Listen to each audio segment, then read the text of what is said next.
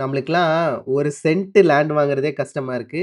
இதுல இந்தியன்ஸ் நெறைய பேரு இந்தியால இருக்கிற ப்ராப்பர்ட்டீஸ விட்டுட்டு, துபாய்ல இருக்கிற ப்ராப்பர்ட்டீஸ வாங்குறதுல அதிக முனைப்பு காமிச்சிட்டு இருக்காங்களாம்.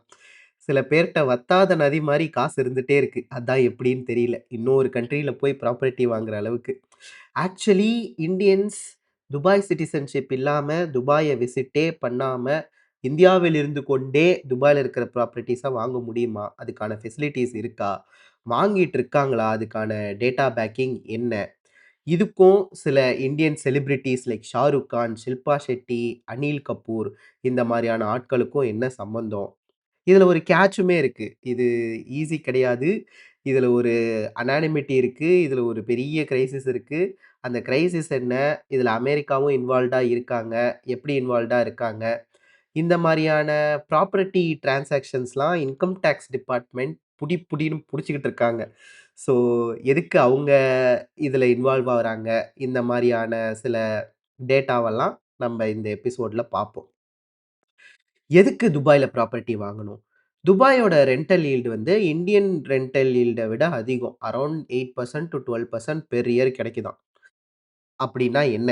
அ இப்போ நீங்க 1,000,000 திர்ஹாம்ல ஒரு ப்ராப்பர்ட்டி வாங்குறீங்கன்னு வச்சுக்கோங்களேன். ஒரு வருஷத்துக்கு ரென்ட்ல இருந்து மட்டும் நீங்க அத ரென்ட் விடுறீங்க அப்படின்னா, ரென்ட்ல இருந்து மட்டும் 80,000 திர்ஹாம்லேருந்து 1,20,000 திர்ஹாம் வரைக்கும் நீங்க பார்க்கலாமா. அதாவது 2,00,00,000 ப்ராப்பர்ட்டி 2,00,00,000 பே பண்ணி ப்ராப்பர்ட்டி வாங்கியிருந்தீங்கன்னா, ஒரு வருஷத்துக்கு 19,00,000லேருந்து 28,00,000 வரைக்கும் நீங்க ரென்ட்ல இருந்தே காசு பார்க்கலாம். இந்த நம்பர கொஞ்சம் பாருங்களேன். கொஞ்சம் உத்து பாருங்களேன். 10 வருஷம் இந்தியன் ஐடி கம்பெனிஸ்ல வேலை செஞ்ச ஒரு ஐடி எம்ப்ளாயியோட சேலரிய விட இந்த அமௌண்ட் வந்து அதிகமா இருக்கு.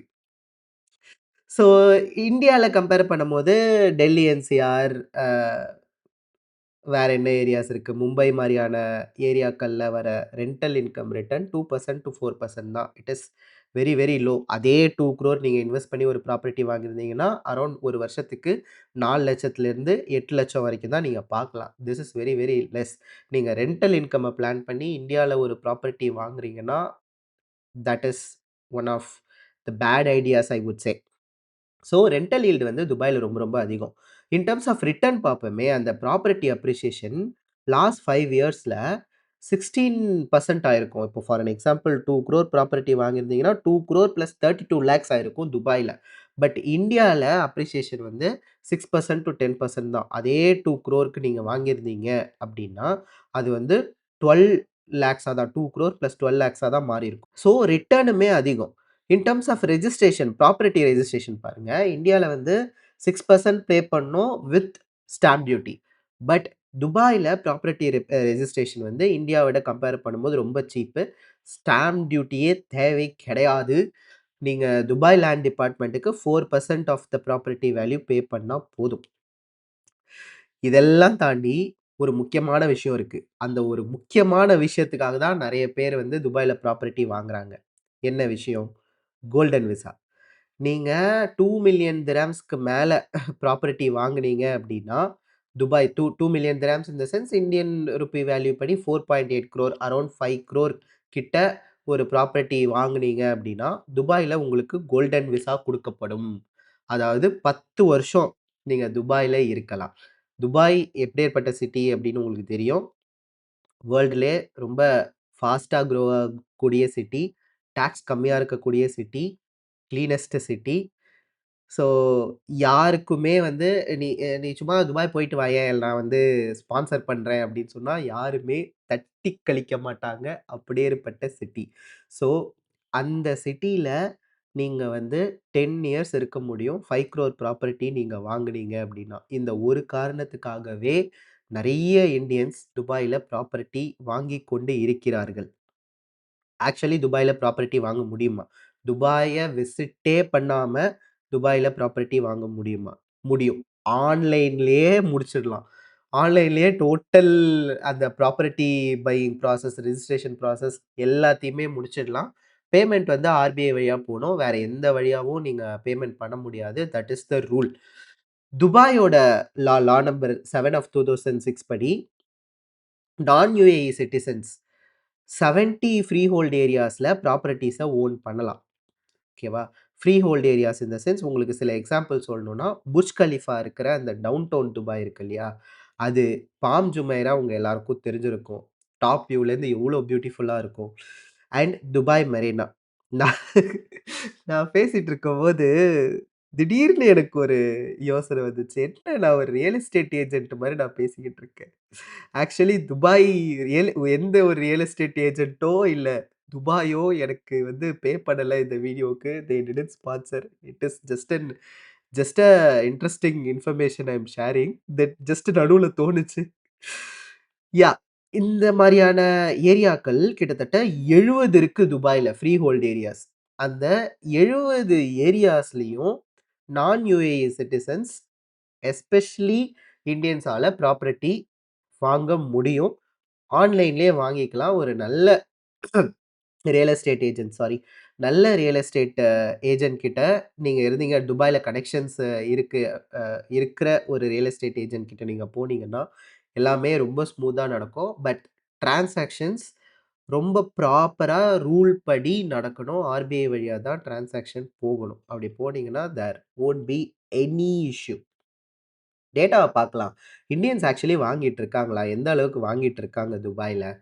கிட்டத்தட்ட 22% of all property transactions in Dubai is owned by Indians.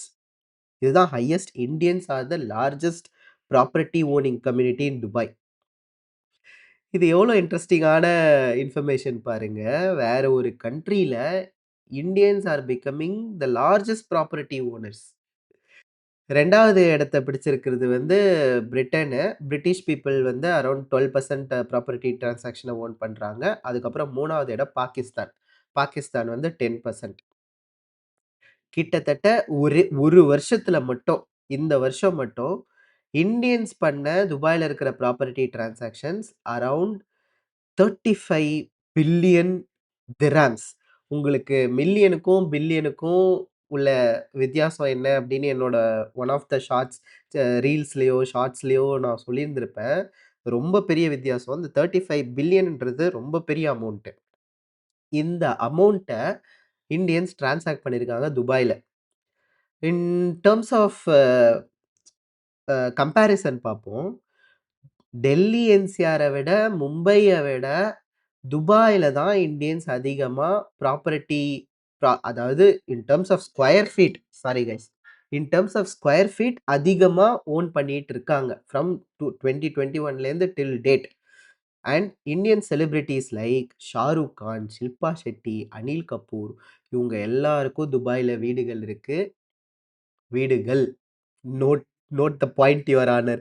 அதாவது துபாய்ல இருக்க 29,700 இந்தியன்ஸ்க்கு 35,000 ஹோம்ஸ் இருக்கு. ஹோம்ஸ வந்து ஓன் பண்றாங்க. அதாவது ஒருத்தர் வந்து 1க்கும் மேற்பட்ட வீடுகள வந்து ஓன் பண்ணிக்கிட்டு இருக்காங்க.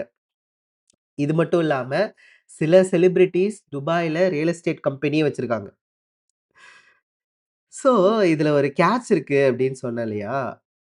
அக்ராஸ் த குளோப் ஒரு குளோபல் அன்சர்டனிட்டி போயிட்டுருக்கு. இப்படிதான் 2008ல ஒரு ஃபினான்ஷியல் கிரைசிஸ் நடந்துச்சு துபாயில.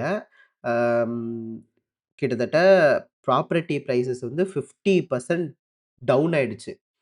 துபாய் என்ன பண்ணியிருந்தாங்க, இந்த புர்ஜ் கலிஃபா, பாம் ஜுமைரா இதெல்லாம் கன்ஸ்ட்ரக்ட் பண்ணுறதுக்கு நெறைய கடன் வாங்கியிருந்தாங்க. வேற வேற கண்ட்ரீஸ்லேருந்து. அந்த கடன திருப்பி குடுக்க முடியாத நிலை ஏற்பட்டுருச்சு இந்த ஃபினான்ஷியல் கிரைசிஸ்னால. ரொம்ப கஷ்டப்பட்டுட்டு இருந்தாங்க துபாய். அந்த டைம் அபுதாபி தான் வந்து காப்பாத்துனாங்க. கிட்டத்தட்ட 10 பில்லியன் USDய துபாய்க்கு குடுத்து, இந்த ஒரு கஷ்டமான சிச்சுவேஷன்லேருந்து வெளியில எடுத்துட்டு வந்தாங்க.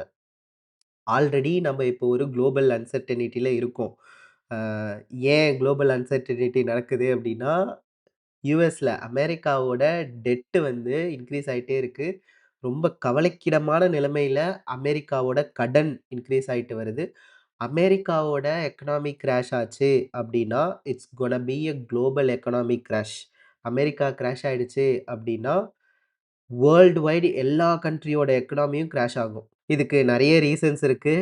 ஏன் இன்டர்நேஷனல் டிரான்சாக்ஷன் நம்ம டாலர்ஸ்ல பண்ணிட்டுருக்கோம்? ஏன் இம்போர்ட், எக்ஸ்போர்ட்லாம் நம்ம டாலர்ஸ்ல டிரான்சாக்ட் பண்ணிட்டுருக்கோம். செகண்ட் வேர்ல்ட் வாருக்கு அப்புறம் ஏன் அமெரிக்காவ ஒரு இன்டர்மீடியேட்டா வச்சு, அமெரிக்கன் டாலர ஒரு இன்டர்மீடியேட்டா வச்சுக்கலாம் அப்படின்னு எல்லா கண்ட்ரியும் அக்செப்ட் பண்ணாங்க. அதுக்கப்புறம் எல்லா கண்ட்ரியோட எக்கனாமியும் நல்லா இம்ப்ரூவ் ஆயிட்ட பிறகும், அமெரிக்காவுக்கு நிகரா யூரோ மாரியான அதர் கரன்சிஸும் பவர்ஃபுல்லா இருந்த பிறகும், அமெரிக்கன் யுஎஸ் டாலர தான் நம்ம மையமா வச்சு டிரான்சாக்ட் பண்ணணுன்ற நிலை இல்லாத போதும், ஏன் யுஎஸ் டாலர நம்ம இன்னும் கன்டின்யூ பண்ணிக்கிட்டு இருக்கோம்? இது வந்து ஒரு பெரிய டாபிக். இத நான் கவர் பண்ணணும் அப்டின்னா, let me know in the comment section. இத பத்தி நான் இன்னொரு வீடியோ போடுறேன். But yeah! குளோபல் அன்சர்டனிட்டி நிலவிட்டு இருக்கு. இதுக்கு முக்கிய காரணம் அமெரிக்காவோட டெட். ஃபினான்ஷியல் கிரைசிஸ் நடந்துச்சு அப்டின்னா, இந்த 2008ல துபாய்ல ஒரு மேட்டர் நடந்துச்சு இல்லையா? அது திருப்பியும் நடக்கறதுக்கு வாய்ப்புகள் இருக்கு. ஸோ, இந்த வீடியோ பார்த்துட்டு இருக்கவங்க, if you are rich and if you are planning to a get a property and Dubai இதையுமே வந்து நீங்க கொஞ்சம் கன்சிடர் பண்ணணும். இன்கம் டாக்ஸ் டிபார்ட்மெண்ட் இதுல எப்படி இன்வால்வ்டா இருக்காங்க? நான் சொன்னேன் இல்லையா? வேற ஒரு கண்ட்ரில எஸ்பெஷலி துபாய்ல நீங்க ப்ராப்பர்ட்டி வாங்கணும். அங்க ப்ராப்பர்ட்டிக்காக ஒரு டிரான்சாக்ஷன் பண்றீங்கன்னா, ஆர்பிஐ வழியா தான் நீங்க டிரான்சாக்ட் பண்ணி ஆகணுன்ற ஒரு ரூல் இருக்கு. ஆனா, நெறைய பேர் hawala transaction and crypto currency transfer பண்ணிக்கிட்டு இருக்காங்க. ஸோ, அவங்கள வந்து ஸ்க்ரூட்டினைஸ் பண்ணி, ரொம்ப தீவிரமா இன்வெஸ்டிகேட் பண்ணி, அவங்களெல்லாம் ஸ்பாட் டவுன் பண்ணி அவங்க மேல கிரிமினல் வழக்கு பதிவு பண்ணிட்டு இருக்காங்க இன்கம் டாக்ஸ். ஸோ, இந்த மாரியான தவறான விஷயங்கள்ல ஈடுபடாம, கரெக்ட்டா ரூல் படி நீங்க ப்ராப்பர்ட்டி வாங்குனீங்க துபாய்ல அப்டின்னா, it's gonna be a big thing for you. So, that's all about today. In the next episode, I'll come back with another interesting topic. Until then, tata bye bye.